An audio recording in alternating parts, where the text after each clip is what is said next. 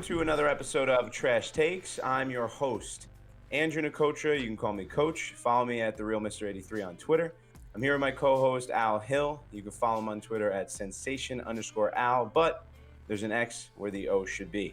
And this is Trash Takes. You can follow us at Trash Takes 3 on Twitter. What a crazy week. Right now in recording, obviously we dropped this on Monday, but in recording, it is Friday the 19th at 9:17 p.m. Eastern. At this very moment, there's already been moves that happened this week since last episode. Some stuff we were completely wrong about, some things we were nervous about, some things we were excited about, but there's a lot of stuff that did happen. At this present moment, I also want to point out in important sports news, March Madness, the 15 seed has upset the Ohio State Buckeyes, the 2 seed in the tournament. And I'm sorry, what is the name of the school? Oral Roberts. Oral Roberts has upset Ohio State. Let the jokes come out. I heard a lot of good ones. No, they've been everywhere. They've been all over the internet. It's been fun.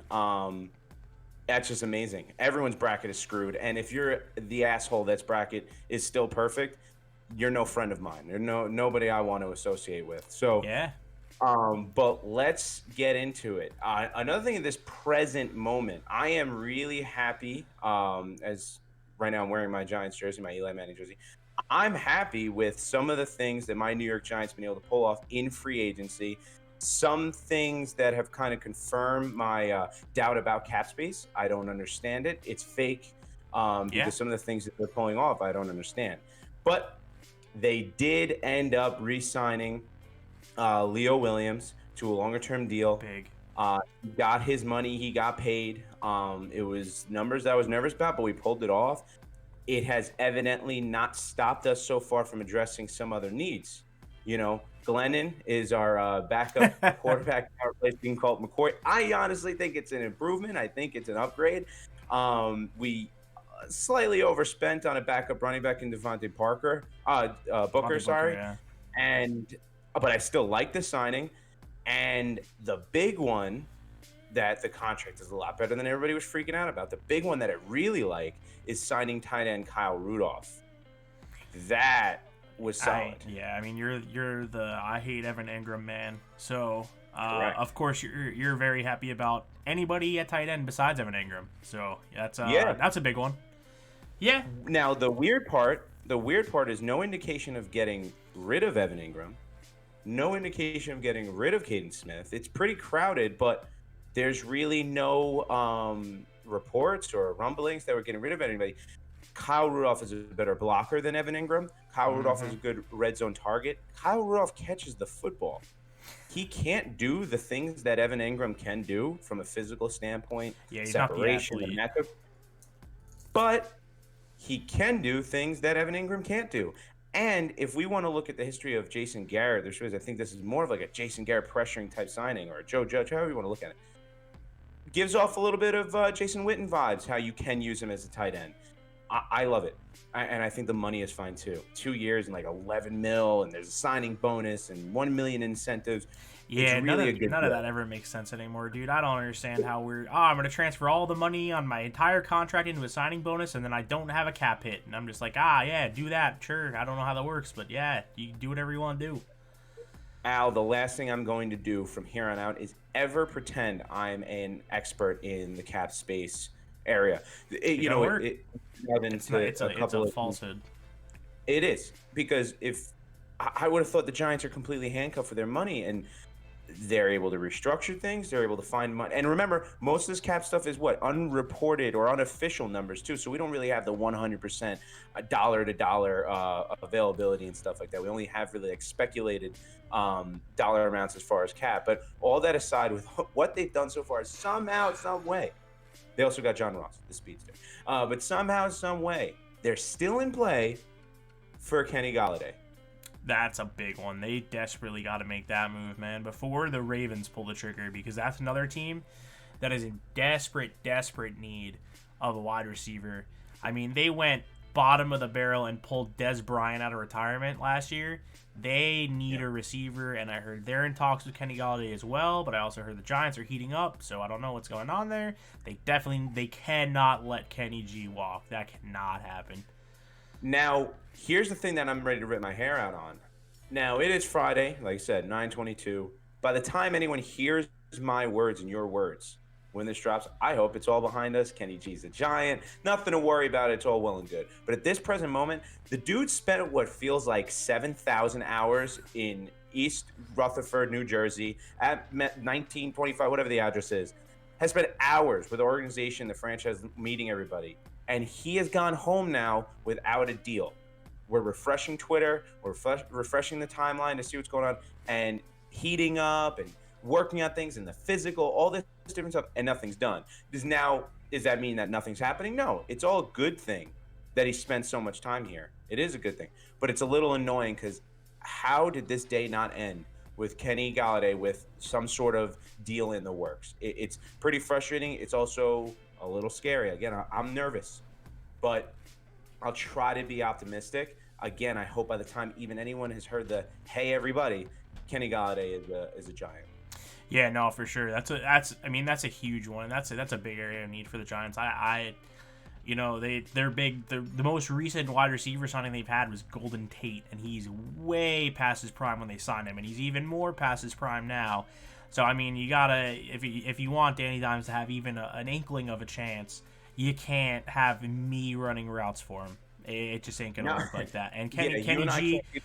Yeah, nah, bro. Listen, my hands are okay, but there is no way I'm keeping up with any of these cornerbacks. I'm gonna be blanketed the whole time on the field. There is no hope of Danny Dimes ever dropping a ball into me. So they got to figure that out. ASAP. The number one wide receiver thing though does a couple things. Kenny Golladay in specifically. The problem, the big reduction in offense from the Giants. Obviously, there was play calling and offensive line work, and some people took steps back. There was no Saquon Barkley. I get it. But one of the bigger things also is Darius Slayton saw a reduction in production, not to rhyme, but he saw a big reduction, a step back. Sterling kind of looked pretty good, and Tate sucked. But Slayton was getting a lot of the number one coverage. The number one cornerbacks were covering Slayton, making him completely irrelevant.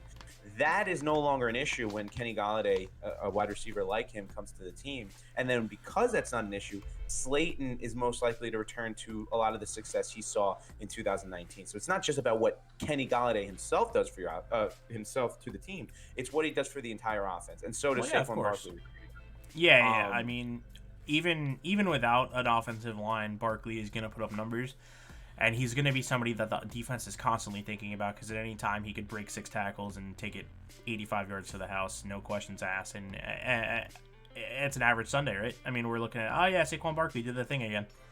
You have an offensive piece like that, and suddenly the cornerbacks, or the safeties have to respect it, and they have to come up on a play action. Whereas, when it's whoever the hell was running the ball this year, I can't even remember his name anymore. Gallman. Yeah, when Wayne Gallman is running the ball, the safeties are kind of like, I could probably, stay an extra 2 steps deep. Where if that's Saquon Barkley running the ball, suddenly they need to be hitting the hole faster, and that changes how play action works. It changes so much, and like you said, it changes how they cover on the field. And there was a lot of Darius Slayton talk before last season, because the season before that he had a good year and everybody expected progress, and he came into the year as the guy when he is definitely not ready to be the guy. I mean, he's got a lot there, and everybody saw it and they liked what they saw out of him, but if he's a number 2, he's in a good spot. And I think that's what Kenny Golladay lets him do. Is Kenny Golladay is gonna take the looks from the number 1 corners and whatever else, and Darius Slayton is gonna get a lot better looks throughout the season. He's gonna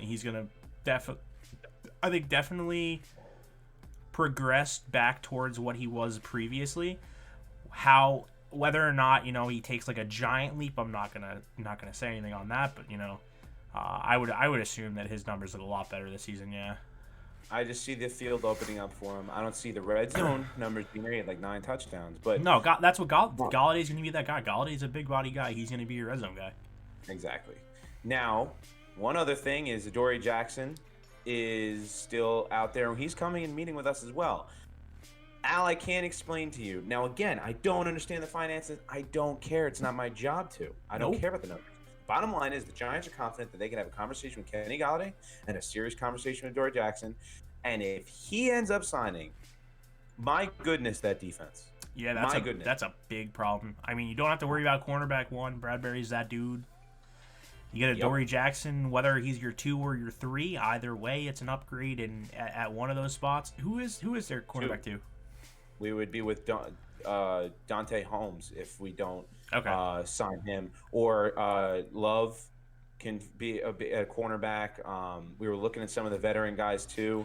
We were looking at possibly in the draft too. But Adoree Jackson would be huge. I mean, those 2 corners would be solid. I love our safeties.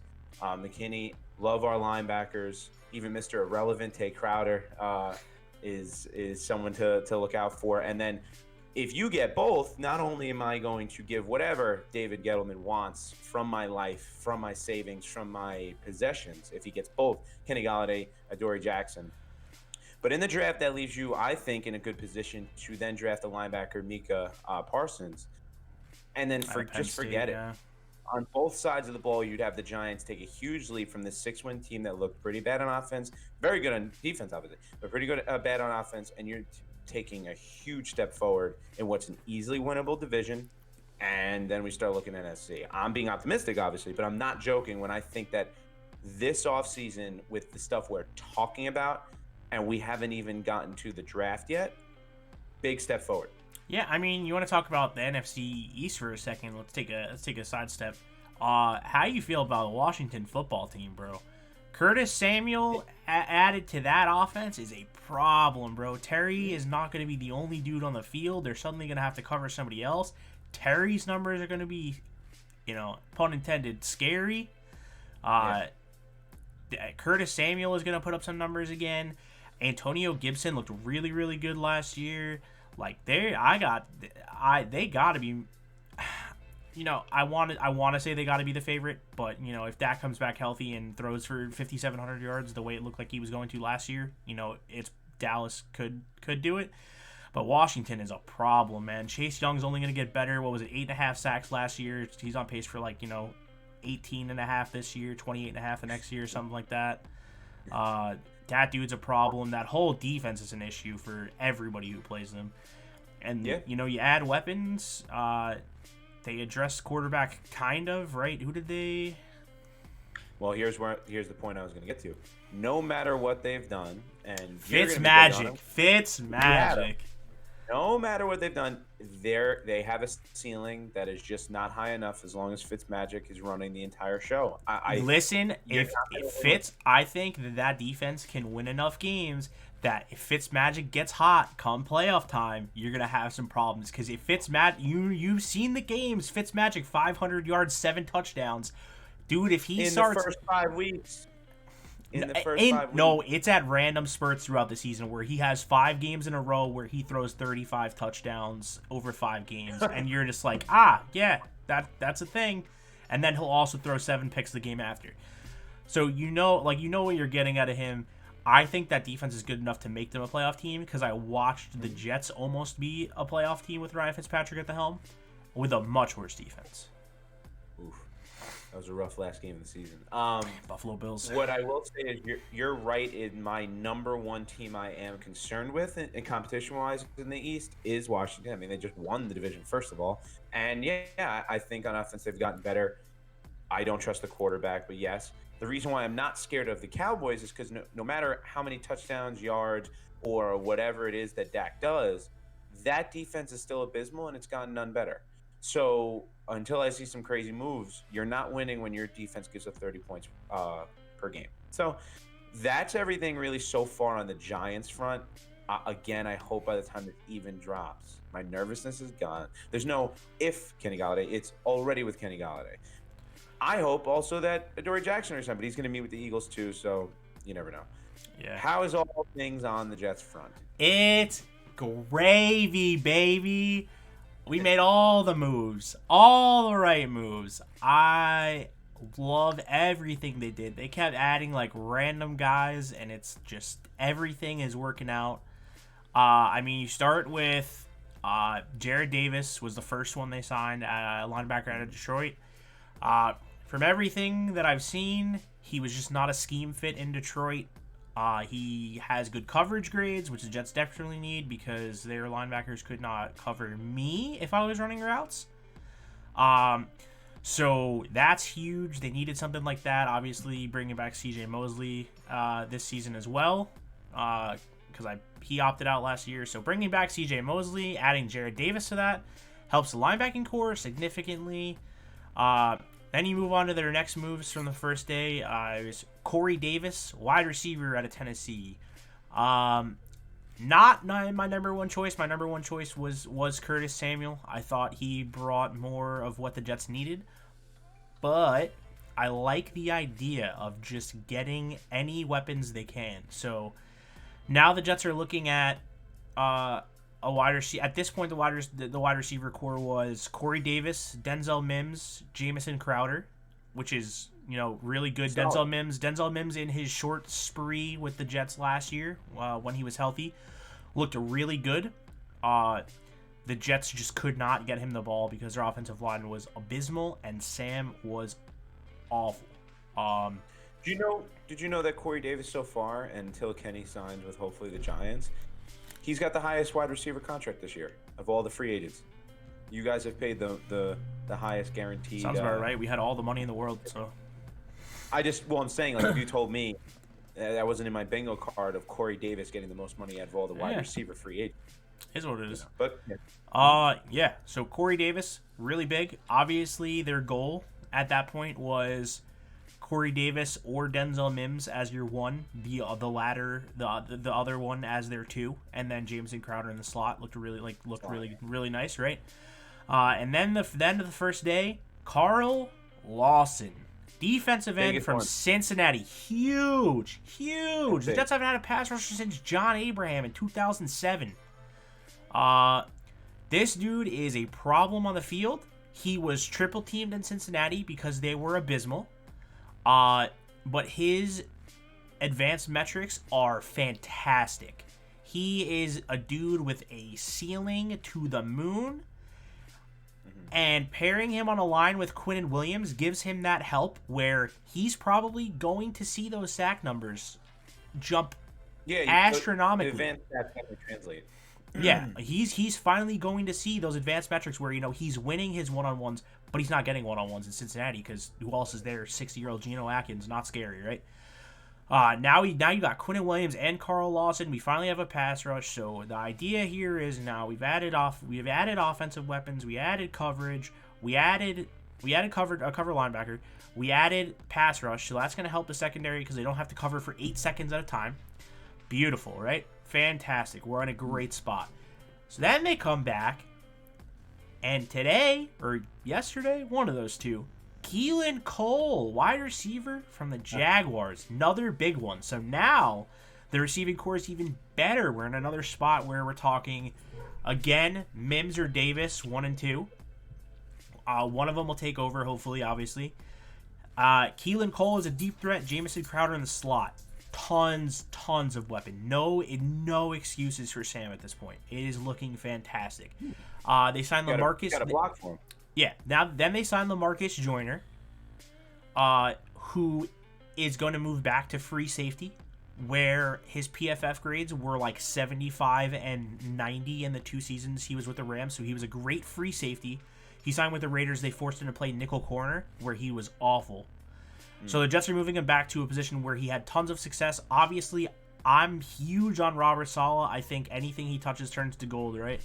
So you get these defensive guys in with tons of talent, tons of ability, and I think he's going to put them in spots where they're going to succeed and mold them into, the future of this team on defense. So a guy like that is huge opposite Marcus May.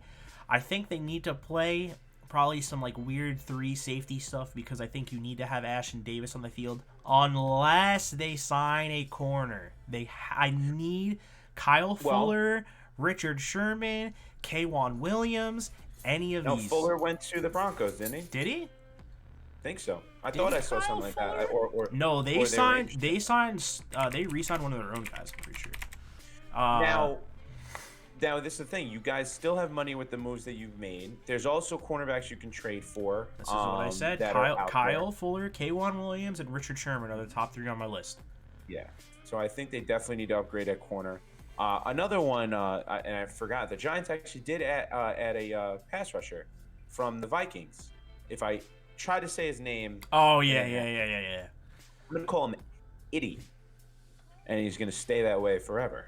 But solid pass rusher. I think he had 5.5 sacks last year. Listen, they took one of our guys. We took one of theirs. I am wondering, though, if there, and I could be wrong, is there any compensatory pick for Tomlinson going to the Vikings? I couldn't tell you, dude. I don't know how those work. Sure. All I know is that the Patriots always end up with like 6 of those.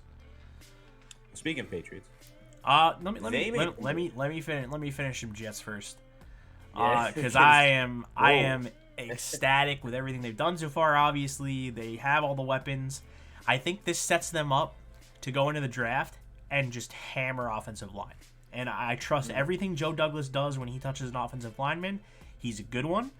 I trust everything that he's going to do at offensive line. I think this sets you up in a position, if you want to go the Sam route, right? I think he can be serviceable. Whether or not he's going to be a superstar, probably not. I think you give him this year, right? So you give him these weapons, but this gives you a spot where you can take Sewell at 2, and now you have both of your tackles anchored down for forever. That would kick George Fant inside to guard, which would upgrade one of your guard positions. Connor McGovern is good at center, so we don't have a worry there. And then you could take a guard with either the 23 from Seattle or a 2nd or 3rd round pick, and you have your offensive line set. Right, you don't really need to touch your offensive line after that. You have 2 young tackles, a good center, George Fant playing guard. Your other guard is whoever they choose to take in the late 1st, early 2nd round. And I think that sets up their offense where now you have weapons. And the only thing I wish they had signed Phillip Lindsay. He just went to Houston like 10 minutes ago. I think that's a position that they also need to address in the draft. But now you have weapons and you have a line. And you could see what Sam gives you.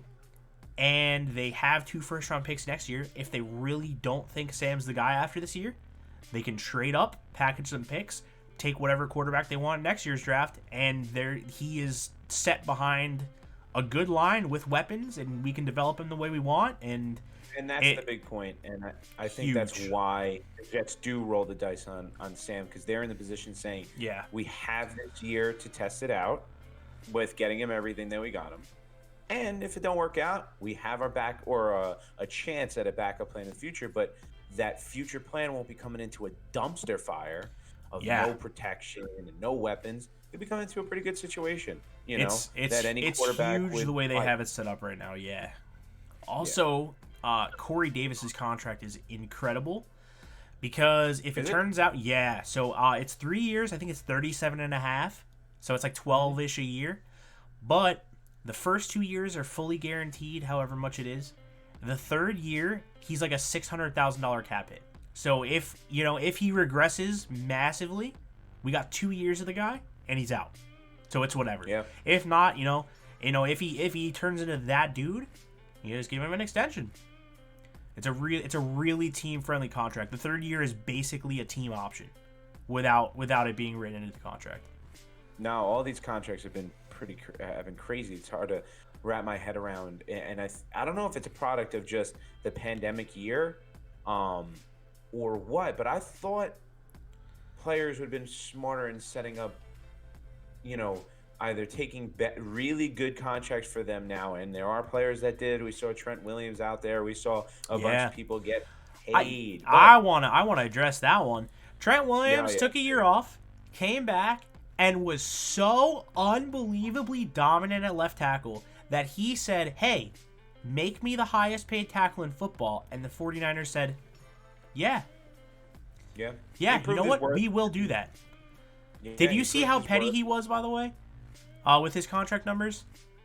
No. So whoever it was, I think David Bakhtiari was the highest paid tackle in football before his contract came out. He made sure that his contract, so whatever it was, it's like $17 million a year or whatever. Trent Williams' contract is like 17.01 just to become the highest paid. There you go. We always say, do players care about that? Like, oh, how do you take this contract when so and so has another contract that's better than it, bigger than yours, and you're better than? I guess no. Trent Williams was not going to let that happen. Nope. I'm that dude. Sure. Yeah, no, it's there, man. There was definitely some big dollars shelled out, but at the same time, there was some smart players in the game that said, no. I'm seeing these organizations not bite on something big, like some of the wide receivers did, and said, I'll take my 1-year deal. Juju Smith-Schuster, yeah, big one. I'll take my 1-year deal and roll the dice when we get more money next year, and organizations are way willing to spend more, the long-term money, the guaranteed money. I'm going to roll the dice. And this is the thing that I'm nervous about with Kenny Galladay, because Kenny's got a weird thing going where he's not a very healthy player. It's so far. Last year he played 5 games, so I think he's caught in saying, "Man, do I do what a Juju did, and I take this 1-year deal knowing I can get a better contract next year? But if I so much as stub my toe in this year upcoming, I will tank my value because now it's 2 back-to-back years of concern. I'm 1 year older, that whole 9. So he's in a weird spot. But I think some players across the league that took these 1 years or these very short term that are you can get at very low commitment. They're looking for the future, saying, I'll roll my dice when the NFL gets more money. Yeah, I like that Juju deal. Surprised me because I think before free agency opened, or like right when free agency opened, he confirmed on Twitter that he wasn't going back to the Steelers. So to go back to the Steelers in the way that he did was kind of weird, especially when he was talking to a bunch of different teams. He was talking to the Jets at one point. That was post Corey Davis signing, and then I guess the Jets, decided on Keelan Cole instead. Really good deal. It was like 1 year, $5 million or something. So the Jets got him dirt cheap. Awesome, fantastic. Don't got to pay Juju. Don't got to deal with the Corvette. So I mean, I was gonna say, I think it was the TikTok. that was it, dude. That was what Joe Douglas was like. Maybe I'll take Keelan Cole instead. He watched way too many dance videos. He wasn't a fit for the Giants. He wasn't really a fit for the Jets. I mean, Juju, what? He works best in the corner. I mean, he's like a 2 or a good slot, and the Jets kind of already have those guys. So I mean, you go out, you get Corey Davis, who could be a 1. You hope Denzel Mims is a 1. You try and see what you can get there. So the Jets definitely made the better move than taking Juju Smith-Schuster, which was felt like a cop out kind of thing. So you're good on the Jets. Oh, I'm fantastic on the Jets. So let me ask you something. Go ahead. Do you think it's possible that Trash Takes is so popular that Bill Belichick was listening in and heard you talk all the shit about the Patriots and said, "Okay, hold my beer." Oh, 100%. I scheduled that tweet, and he knew. He saw it, and he was like, "I'm not gonna." And the Bill Belichick, Bill Belichick, I'm not going to take this. No, zero emotion. He was wearing a hoodie with the sleeves cut off, and he looked at my tweet, and he was like, fuck that guy. Yeah. And he went out and spent all the dollars. Every dollar he had. Every dollar that he didn't spend to support Tom Brady, spent it now. Yeah. And the Patriots, I mean, you got to give them credit. Well, they took Jonnu Smith, and they took Hunter Henry. They obviously have their contract in place for Cam Newton. They signed, who else was it? So I have the list here. I made the joke when they signed Hunter Henry that it was Gronk and Aaron Hernandez, except nobody killed anyone. Right. So they're rebuilding that, obviously. Matthew Judon, pass rusher from the Ravens. Yes. Big one. That's another really big one. Yes. Jalen Mills from the Eagles. He's an Eagles cornerback. I heard nothing but complaints about the Eagles or from Eagles fans because their corners have been terrible. Nelson Aguilar definitely earned a big deal. He got 2 years, $26 million. That's a big one. Because I don't know what their wide receivers are like over there. Kendrick, I think considering that's expensive. I think that is expensive. I mean, that's more money a season than Corey Davis got for Nelson Aguilar, who is 1 year removed from being a joke in Philadelphia. Yeah. Kendrick Bourne, another wide receiver. So you got 2 wide receivers and 2 tight ends for Cam. You're giving Cam all the weapons there. You have the guys coming back from the opt-out, too. You have Dante Hightower, who is coming back as well. So, And they got Kyle Van Noy back. Yep. So the defense gets a huge boost for, I don't know, are they going to look like 2019 when they were literally like ranked 1 in points, given up, which is so scary. Now, probably not on the same level, but even if they're anywhere close. So you're going to the 7-9 team last year. That was 1 fumble away from being 8-8. And now you've beefed up the offense and beefed up the defense with returning players.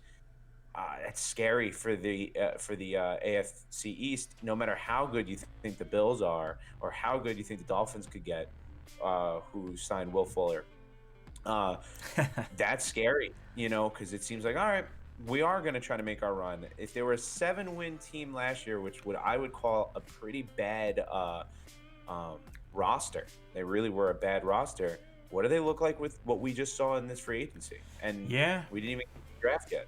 I don't think they're gonna dethrone the Bills. I still give the Bills the edge. The Dolphins, very, very close. Very close. That's a coin flip for me. I think the Patriots and the Dolphins now are a complete coin flip. Whoever has the better day on Sunday is going to be that team that ends up being second in the AFC East. Obviously, there's no Fitzmagic there anymore, so you're talking about Tua being the guy, regardless. So it's no longer that flip-flop back and forth. Tua is that dude. You have to rely on him and hope that he can get the job done with that spectacular defense they have built on there. So it's an interesting scenario, yeah. Where I mean, right now, just because we haven't seen them perform in the field yet, I have to give the edge to the Dolphins still. But I do think it's going to be really, really close. And if all the pieces work out the way, obviously Bill Belichick thinks they're going to, I would assume that it is, neck and neck the whole season, and one of them ends up just edging the other out for a playoff spot. I remember one thing we're not considering. Things start to go awry, and Bill knows is we're going for it type of year. He might pull out a cheating scandal just to mix it in. Yeah, you never know. So, yeah, there were some fun things in free agency, and the best part about it is it's not over, right?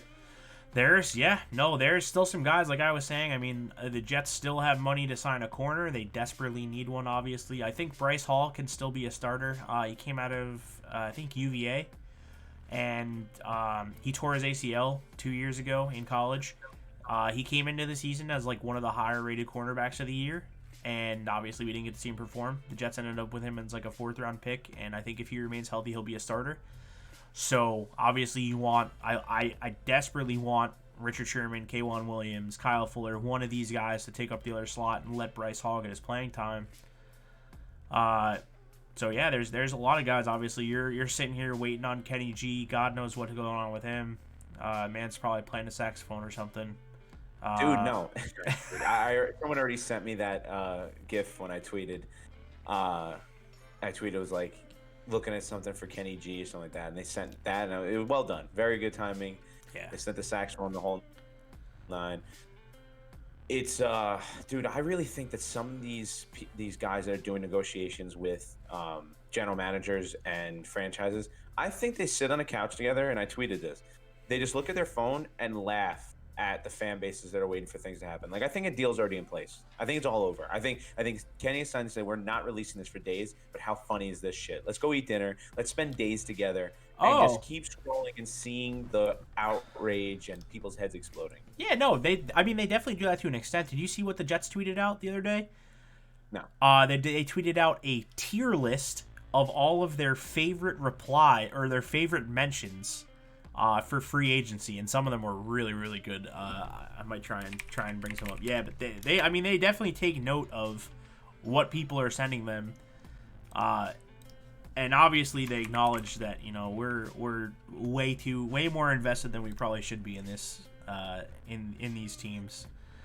Dude, but it's such a big deal, especially in New York. Come on, dude, I mean, biggest market in the world. Exactly, and we've been losing.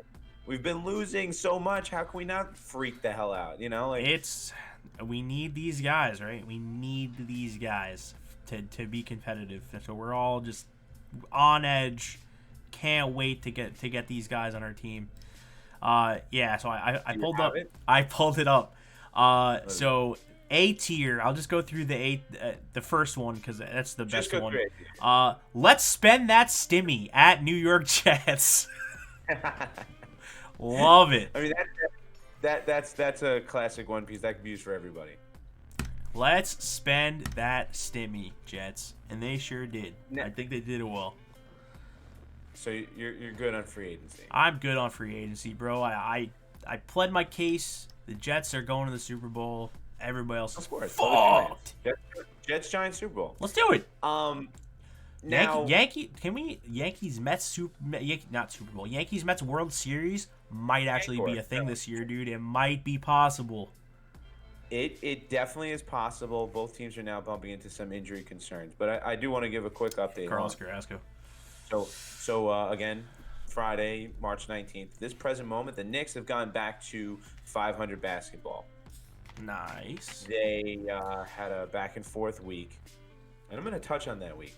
But let me make one comment about other New York teams. So you get the Mets, Yankees. They're ramping up for spring training. We got the Giants, Jets. They're ramping up with free agency. I'm not going to get anyone excited who might be a hockey fan. This podcast will not go heavy into hockey. Let me just get it right out there. It's not going to happen. But I want to make some comments.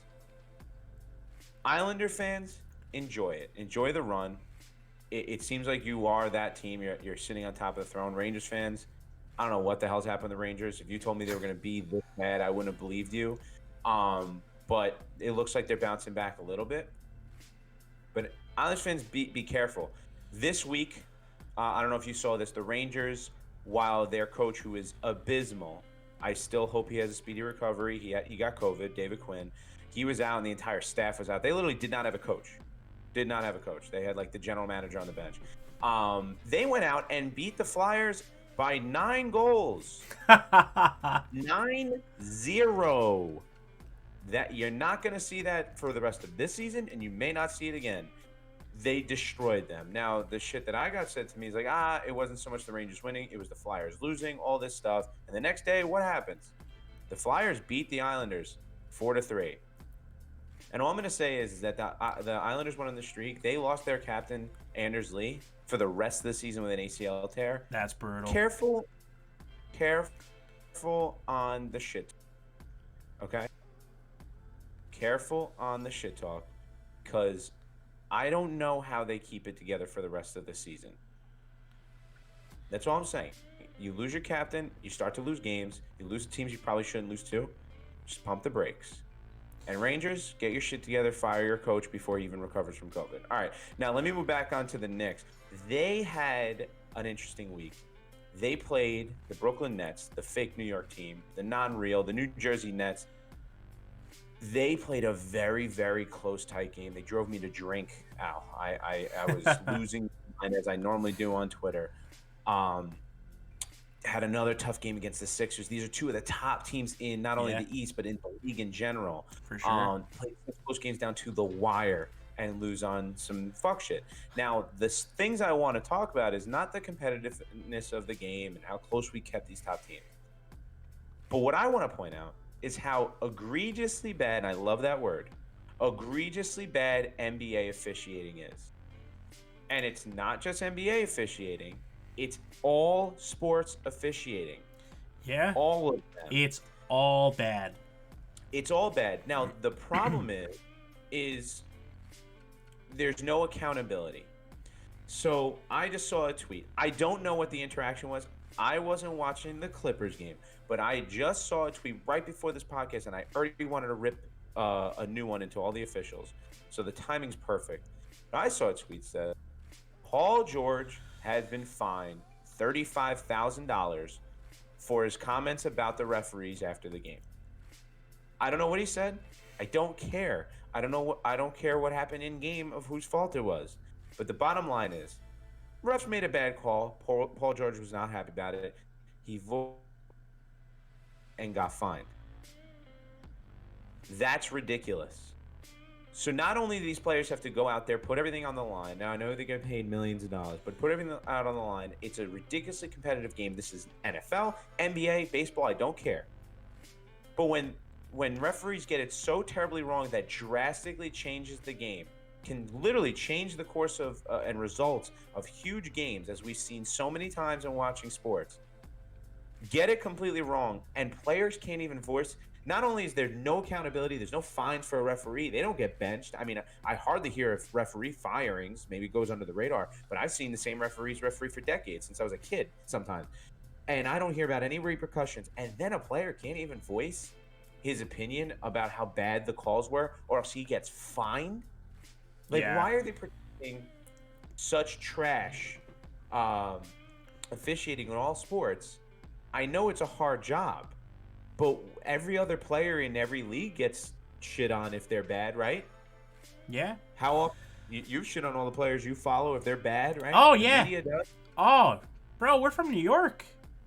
Exactly. You could, I mean, week to week, you're either the best or the worst. There's no in between. Exactly.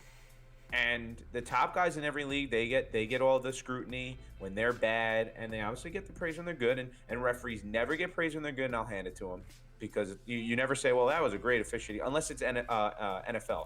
If they don't throw flags, I usually throw them the whole. I like how they're letting them play, and same thing in the NBA actually. I like how they're letting them play. But other than that, you never pat them on the back, so I'll give them that. But the fact that there's no scrutiny, there's no accountability.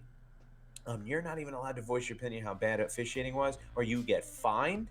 That's ridiculous. I mean, it takes me back. So that's the recent moment. It takes me back to baseball. I'll never, ever forget this.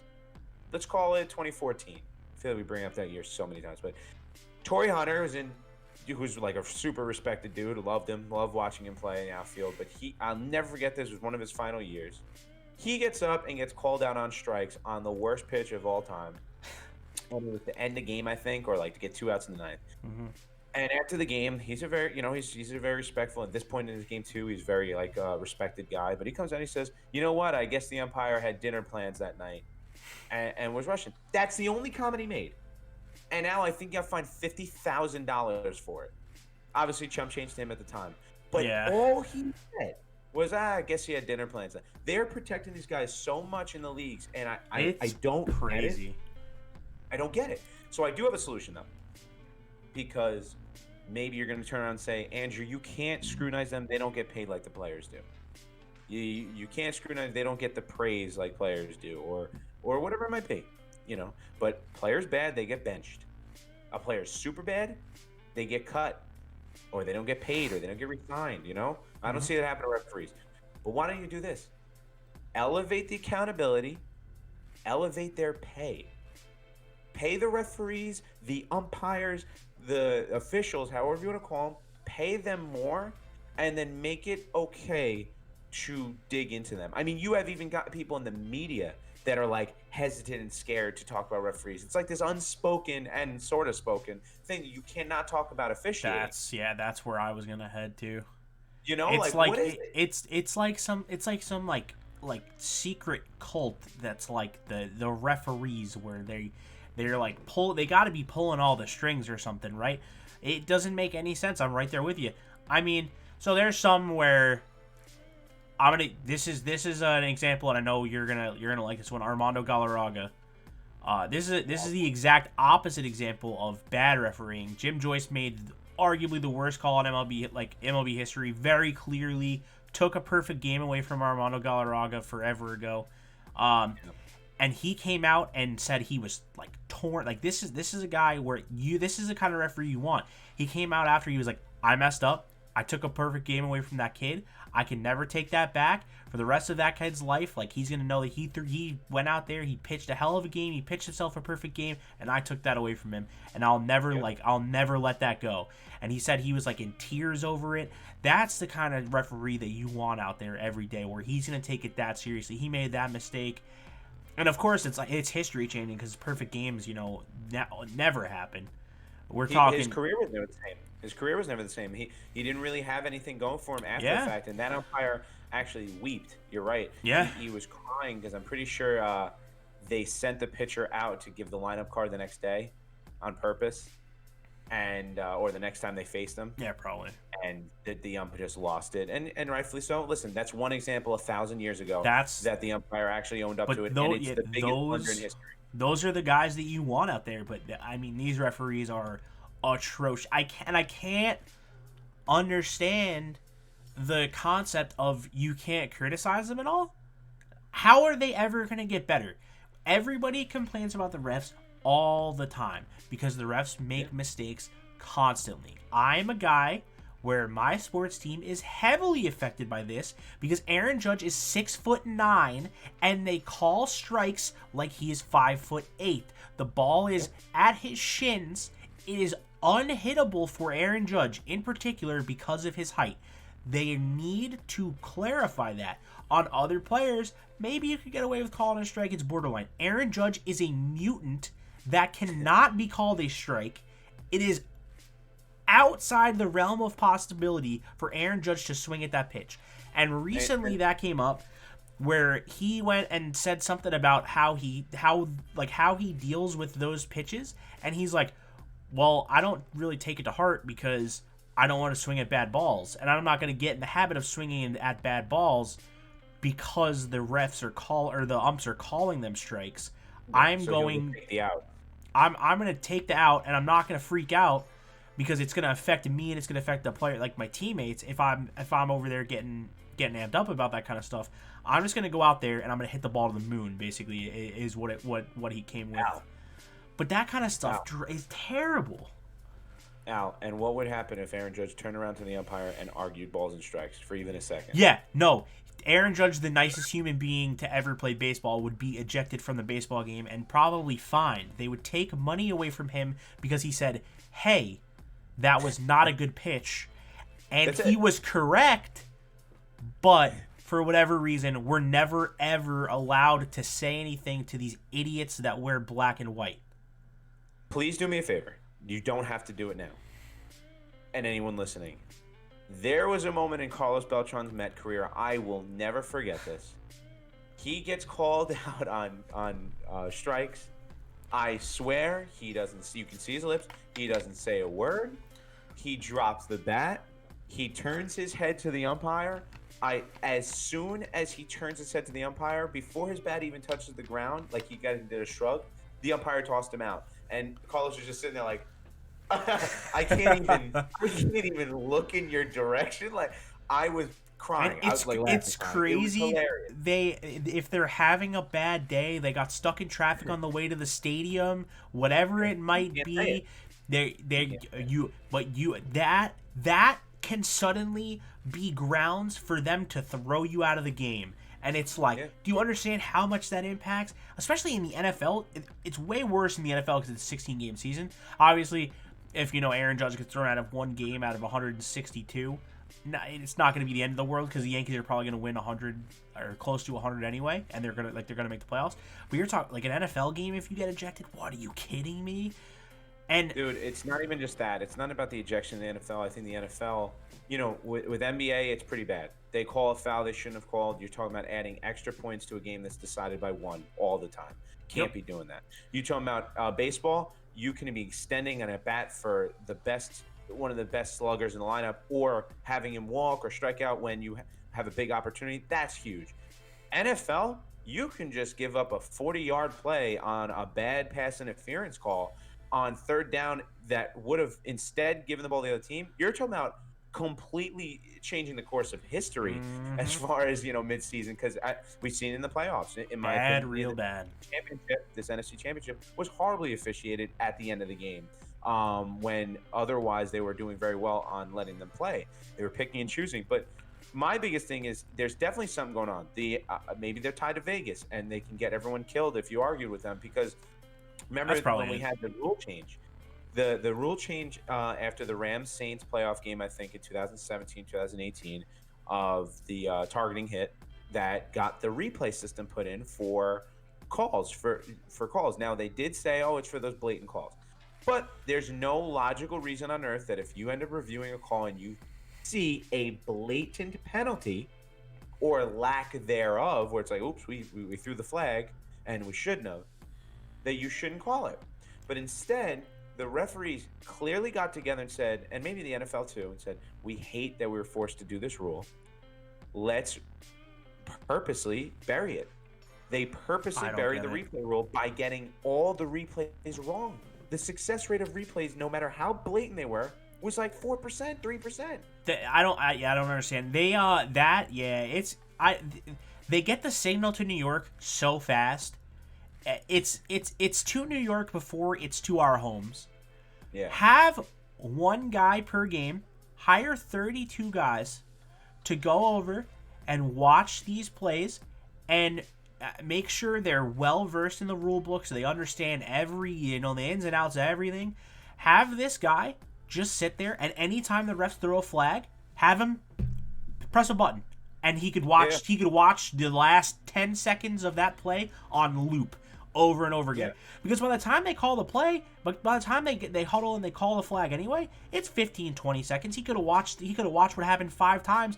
Hey, pick it up. And done. And there will still be purpose for the refs. People say, they won't be perfect. They'll be purpose for them because they'll be the ones keeping continuity in the game and keeping the game moving, just so you don't have to look up to a buzzer or something like that every time there's an NFL play. So there's still a reason for them to be there, even with your idea.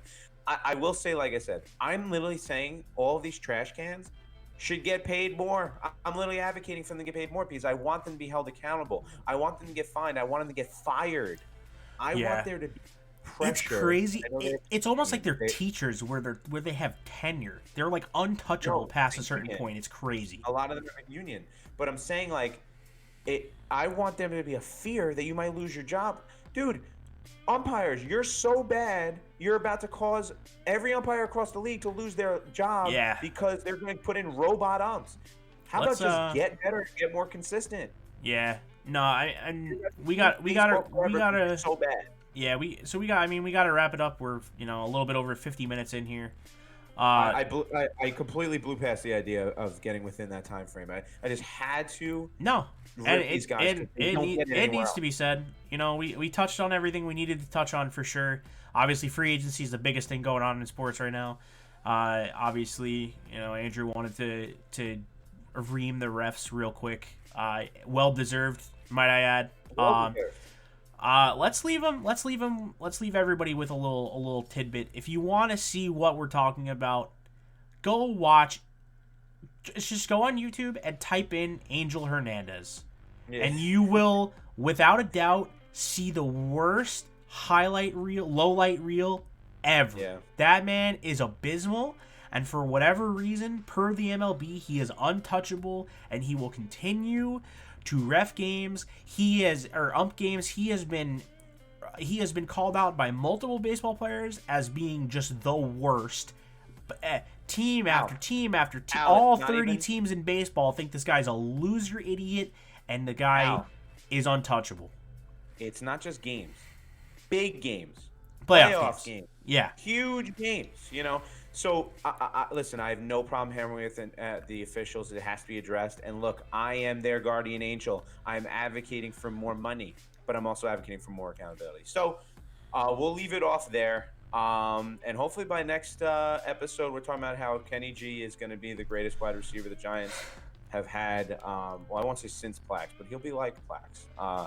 Whoa, but this was fun. Little shots at Odell and Victor Cruz there, huh? I'm saying the type of wide receiver, the type of impact. They had a different impact. But fair. All that aside, I hope the moves are there. I actually hope for the Jets too, because they still have the money and they still have the room. Just to do give me a corner, man.